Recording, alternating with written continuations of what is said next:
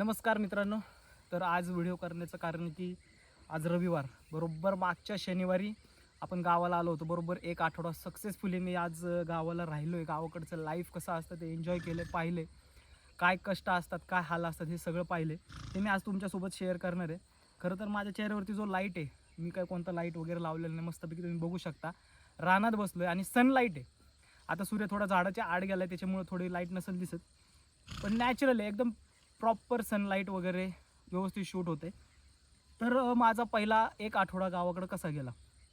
खरं तर मला भरपूर लोक म्हणत होते की तू गेला तर 2-3 दिवसातच माघारी येशील, तू राहूच शकत नाही, गावाकडचं वातावरण असं आहे तसं आहे. मी म्हटलं ठीक आहे, बघू ना, आपण चॅलेंज स्वीकारायला हरकत नाही. म्हणून मग कसं तरी करून आलो गावाला आणि राहिलो सक्सेसफुली. एक आठवडा खरंच खूप मस्त गेला. त्याच्यामध्ये मग चुलीवरचं जेवण असेल, त्याच्यानंतर मग बाकीचं गाईचं दूध. खरं तर मी काढायला शिकलेलं नाही, आज मी काढायला जाणार आहे. संध्याकाळी म्हटलं आहे भावाला मी ट्राय करतो दूध काढायचं. मग त्या गोष्टी असतील, त्याच्यानंतर आजी आजोबांसोबत राहणं असेल, सगळ्यांनी संध्याकाळी जेवण करायला एकत्र बसणं असेल, ह्या सगळ्या गोष्टी खरंच मी अनुभव घेतला आहे. खरंच खूप बरं वाटलं. कारण पुण्याच्या लाईफमध्ये काय होतं की धावपळ असते खूप. धावपळी म्हणजे काय होतं, आम्ही घरात आहे एकत्र राहतो वगैरे सगळं आहे, पण काय होतं ज्याच्या त्याच्या टायमानुसार, ज्याच्या त्याच्या कामानुसार सगळं जेवणं वेगळी, जास्त बोलणं होत नाही, कामं धावपळीची सगळी, गर्दी, ट्रॅफिक, हे ते सगळं सगळं. गावाकडं कसं असतात कामं, तर शहरापेक्षा जास्त गावाकडं कामं असतात. अंगवळणाची म्हणतात ना, अंगदुखीची कामं असतात, पण टाईम त्यांचाच असतो, ते त्यांचे राजे असतात. शेतातलं काम आहे, आलं मनाला करा, त्या तसे ते कामं वगैरे करत असतात. त्याच्यामुळं एकत्र आणि फॅमिली सगळी एकत्र असते, त्याच्यामुळं तिन्ही टाईम एकत्र जेवण असेल आणि शेतातलं प्युअर गावरान खाणं असेल, ह्या सगळ्या गोष्टी खूप मला आवडल्या. आणि माझं प्लॅनिंग तर असंच आहे की बाबा आपण इथं राहायला हरकत नाही, कारण की एवढं नॅचरली तुम्ही राहू शकताय, जगू शकताय, तुमचं लाईफ एन्जॉय करू शकताय, काम करू शकताय खरंच. आणि एक आठवडा म्हणाल तर मला वाटला तेवढा सोपा नाही गेला, कारण पहिलं म्हणजे उन्हाळा चालू आहे, हीट खूप आहे. तिथं कसं स्लॅबची घरं आहेत, त्याच्यामुळे एवढं काय उष्णता जाणवत नाही, आजूबाजूला बिल्डिंग आहे त्याच्यामुळं जास्त गरमी जाणवत नाही. इथं कसं ओपन स्पेस आहे, झाडं आहेत, पण काय होतं उन्हाळा जास्त असल्यामुळं काय होतं की झळ्या म्हणतो ना, उन्हाच्या झळ्या ते जास्त असतात. त्याच्यामुळे बाहेर बसलं तर उन्हाच्या झळ्या लागतात, घरात बसावं तर पत्रा असल्यामुळं तापतं. तरी पण मी जे टाकलं आहे वरती वैरण आणि हिरवं कापड, त्याच्यामुळे हीट पूर्णपणे म्हणण्यापेक्षा कमी झालेली आहे. म्हणजे एवढं काही तापत नाही आहे. फॅन लावला की सगळं ओके होऊन जातं. त्यानंतर म्हणलं तर हे झालं प्रॉब्लेम. वाटलं तेवढं सोपं नाही आहे जे मी म्हटलो खरंच. कारण आता इथं दगडगोटे खूप आहेत. त्यात घराचं लेवलिंग, पुढचं जे अंगण आहे त्यात थोडी माती वगैरे टाकली. त्याच्यात चालणं आलं, उन्हात चालणं आलं. त्याच्यामुळे तळपाय जे आहेत ते तळपाय दुखतात. म्हणजे काय म्हणतो संध्याकाळी ना ते असे ते खाजल्यासारखं होतं. हा पण प्रॉब्लेम झाला. पण एवढं काय नाही, ठीक आहे. ते वाटलं की होऊन जाईल सॉल्व्ह, त्याचं काय एवढं हे नाही आहे. मग दगडात चालून चालून तळपायाची आग होणं, त्यानंतर दिवसभर हीट, घाम, उष्णता, त्याच्यानंतर म्हणाल तर टॉयलेट बाथरूमला तर लांब लांब जावं लागतं. ते तर आहेच, तो कॉमन प्रश्न आहे. त्याच्यानंतर काही आणायचं म्हटलं, साखर, किराणा वगैरे, पुण्याला कसं घराशेजारीचं सगळं असतं. पण इथून थोडं जायचं म्हटलं की खरडा, म्हणजे 5 किलोमीटर लांब जावं लागतं. त्याच्यामुळे एकदाच किराणा भरून आणायचा, ह्या गोष्टी असतील. ॲमेझॉनसारखी सोय नाही, नाही तर माझी एक घाण सवय होती. ॲमेझॉन पे लेटर आहे मला, त्याच्यामुळं मी जास्त काही ऑनलाईन मागवत होतो आणि 5 तारखेला पैसे भरायचे. ते माझं मी आज एक आठवडा झालं, नाही तर मी प्रत्येक महिन्याच्या 1 तारखेला किंवा 2 तारखेला ऑर्डर करत असतो. ते सगळं यावेळेस काहीच मागवलं नाही मी. ह्यावेळेस सगळं काही नको म्हटलं. जे आपल्याला आवश्यक आहे त्याच गोष्टी मी वापरतो आहे, त्याच्यामुळे तो खर्च माझा वाचला आहे.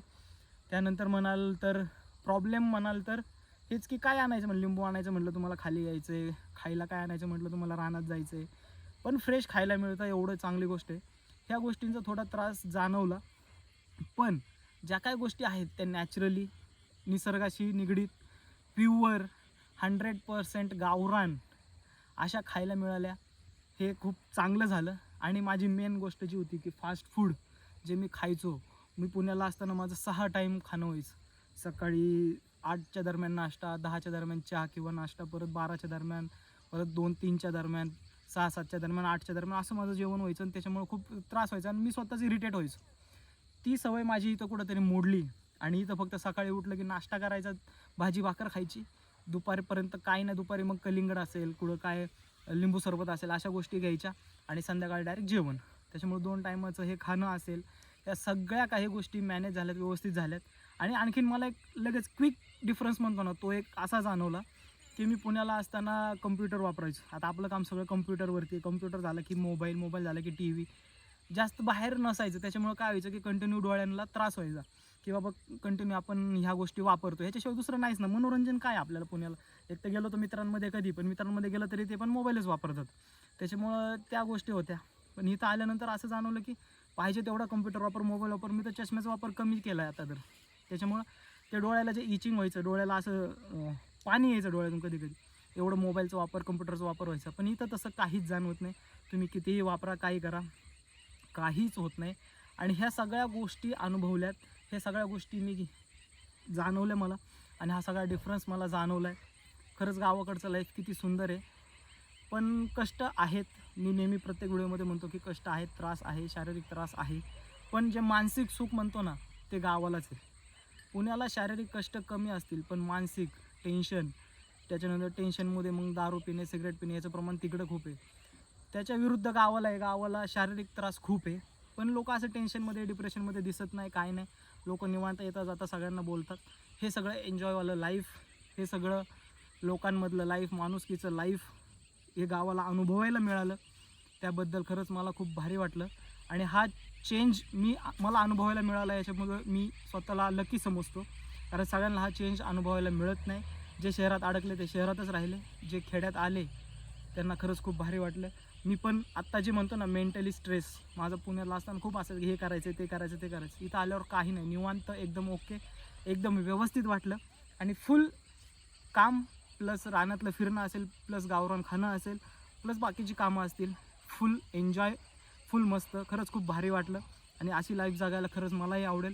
खरं तर मला माहिती आहे की सगळ्यांना अशी लाईफ जगायची आहे, पण त्यांना परिस्थितीनुसार किंवा जॉब असेल किंवा कुटुंबाची जबाबदारी असेल, त्याच्यामुळं अनुभवता येत नाही. पण खरं तर इकडं तिकडं फिरायला जाण्यापेक्षा एकदा तरी आपल्या गावी जा, राहा, एन्जॉय करा. हे जीवन हे एकदाच असतं. त्याच्यामुळं सगळ्यांना आनंदी राहा, हेच माझं सांगणं आहे. आणि हे व्हिडिओ करण्याचं कारण हेच आहे की बाबा सगळ्यांनी एकदा तरी गावाला येऊन राहा, शांत ठिकाणी येऊन राहा. तुम्ही पुण्यात असताना जे काय त्या टेन्शन येतं तुम्हाला, त्याचं तुम्हाला टेन्शनमधून निवांत होण्यासाठी तुम्ही जे फिरायला जाता महाबळेश्वर, लोणावळा, ते तर जायला पाहिजे, त्याच्याशिवाय पर्याय नाही. ते पण खूप चांगलंच आहे. पण कधीतरी आपल्या गावी येऊन एकदा राहा. 2-3 दिवसांचं राहणं म्हणजे ते पाहुण्यासारखं असतं, की तुम्हाला त्यातली रिॲलिटी कळत नाही. कमीत कमी 20 दिवस तरी तुम्ही राहायला पाहिजे. मग तुम्हाला त्यातली रिॲलिटी कळेल की गाव म्हणजे काय आणि गावाकडचं लाईफ कसं असतं. तर हेच ह्या व्हिडिओतून सांगण्याचा उद्देश होता की माझा पहिला 1 आठवडा मी सक्सेसफुली गावाला एन्जॉय केला आहे आणि गावाला मी घालवलं आहे. आणि मेन म्हणजे ठीक आहे, माझं हे पर्सनल लाईफ असेल, बाकीच्या गोष्टी असेल, तिथं तर मी या लेवलला असताना या लेवलला आलो आहे की म्हणजे जो काही मला त्रास होता, मेंटली स्ट्रेस असेल, डोळे दुखणं असेल, तो राहिला आहे. पण दुसरा एक मेन चेंज असा झाला आहे की माझे व्ह्यूज, जे काय मी शॉर्ट्स बनवतो, रील्स बनवतो आहे, त्याला व्ह्यूज एवढे वाढतात की नॉर्मल. मी एक ती शहरातलं लाईफ आणि गावाकडचं लाईफ याच्यावरती एक रील बनवली होती, त्याला एवढे एका रात्रीत 2,500 व्ह्यूज गेले, एवढे व्ह्यूज.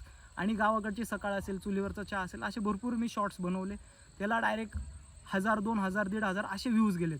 म्हणजे पर्सनल लाईफवरती तर तुमचे बदल आहेच, पण यूट्यूबवरती, सोशल मीडियावरती पण ही लाईफ लोक पाहायला आवडते लोकांना, हे याच्यातून दिसतं. आणि ते व्ह्यूज पण वाढत चाललेत. खरंच गावाकडे आल्यामुळे माझ्यात जे काय माझे पर्सनल प्रॉब्लेम असतील ते पण सॉल्व्ह झाले.